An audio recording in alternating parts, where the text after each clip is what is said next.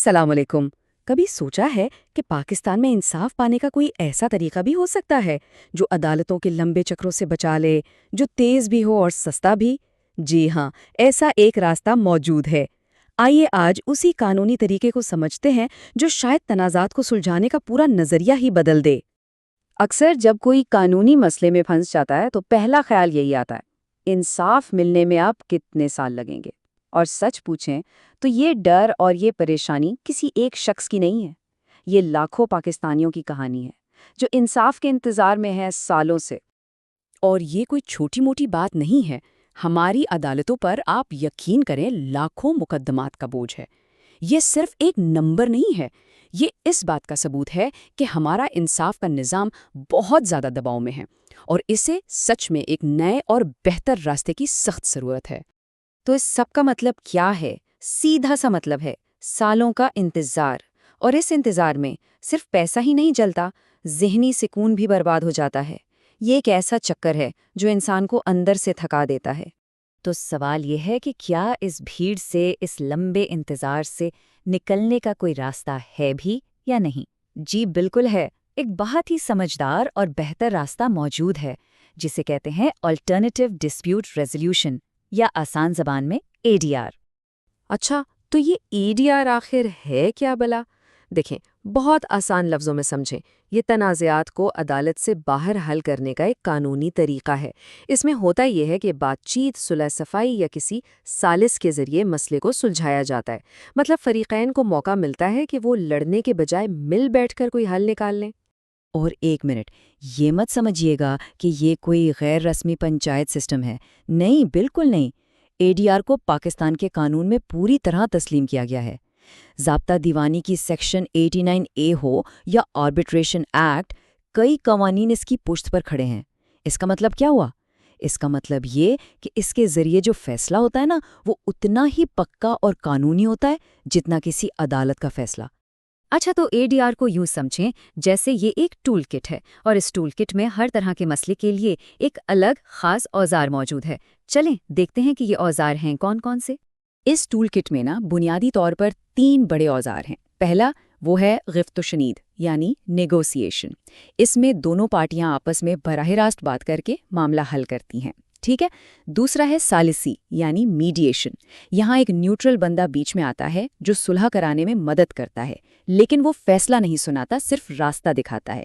اور پھر آتا ہے تیسرا اور سب سے پاورفل ٹول، تحکیم، یعنی آربیٹریشن۔ اس میں جو ثالث ہوتا ہے وہ ایک پرائیویٹ جج کی طرح ہوتا ہے، اور اس کا فیصلہ وہ دونوں پارٹیوں کو ماننا ہی پڑتا ہے قانوناً۔ ٹھیک ہے، یہ سب تو سمجھ آ گیا، لیکن سب سے بڑا سوال تو یہ ہے کہ ایک عام انسان اس پروسیس کو شروع کیسے کرے؟ کیا یہ بہت مشکل ہے؟ نہیں، اس کا راستہ کافی سیدھا سادہ ہے۔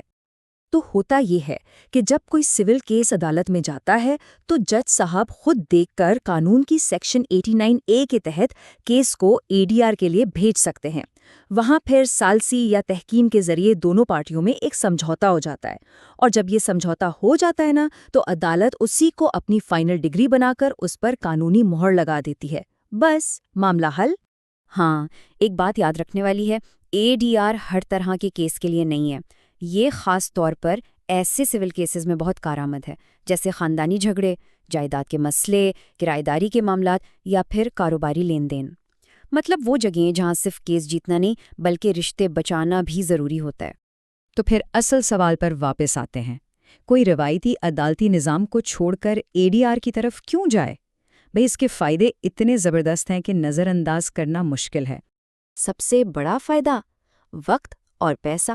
سوچیں، جو کیس عدالتوں میں سالوں سال لٹکا رہتا ہے وہ یہاں چند ہفتوں میں نپٹ سکتا ہے۔ اس کے علاوہ یہ پورا پروسیس خفیہ ہوتا ہے، یعنی بات باہر نہیں نکلتی، اور جو سب سے اہم بات ہے وہ یہ کہ اس سے رشتے بچ جاتے ہیں، چاہے وہ ذاتی ہوں یا کاروباری، ان میں تلخی نہیں آتی۔ چلیں اس کو ایک چھوٹی سی مثال سے سمجھتے ہیں، ایک کہانی سے۔ فرض کریں 2 سگے بھائی ہیں اور ان کے بیچ والد کی وراثت پر ایک بڑا جھگڑا کھڑا ہو گیا ہے۔ اب ان کے سامنے 2 راستے تھے۔ ایک راستہ تو سیدھا عدالت کا تھا، جس کا مطلب تھا سالوں کی خواری، وکیلوں کی بھاری فیسیں، اور آخر میں کیا؟ ایک ٹوٹا ہوا رشتہ۔ اور دوسرا راستہ تھا تالسی کا، یعنی میڈییشن کا، جس کا مطلب تھا ایک میز پر بیٹھ کر بات کرنا، کم خرچ میں معاملہ نمٹانا اور ایک پرامن حل تک پہنچنا۔ اور جانتے ہیں انہوں نے کون سا راستہ چنا؟ انہوں نے ثالثی کو موقع دیا۔ اور نتیجہ یہ نکلا کہ نہ صرف ان کا جائیداد کا مسئلہ شانتی سے حل ہو گیا، بلکہ ان کے آپسی سمجھوتے کو عدالت نے باقاعدہ قانونی حکم نامے کی شکل بھی دے دی۔ لیکن سب سے بڑی جیت کیا تھی؟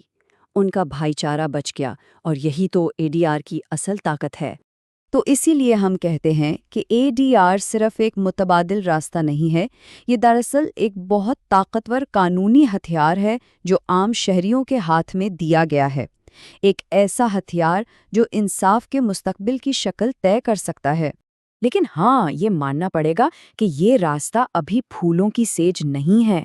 پاکستان میں ابھی بھی بہت سے لوگوں کو اس کے بارے میں زیادہ پتہ ہی نہیں ہے۔ کچھ قانونی ماہرین بھی اپنے پرانے طریقوں کو چھوڑنے میں ہچکچاتے ہیں، اور دیہی علاقوں میں تو اس کی سہولتیں اور بھی کم ہیں۔ لیکن اچھی خبر یہ ہے کہ حالات بدل رہے ہیں، آہستہ آہستہ ہی صحیح، لیکن آگاہی بڑھ رہی ہے۔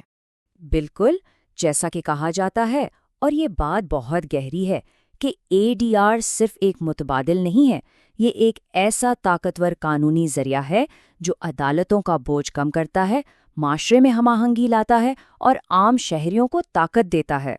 تو آخر میں ایک سوال سب کے لیے چھوڑے جاتے ہیں۔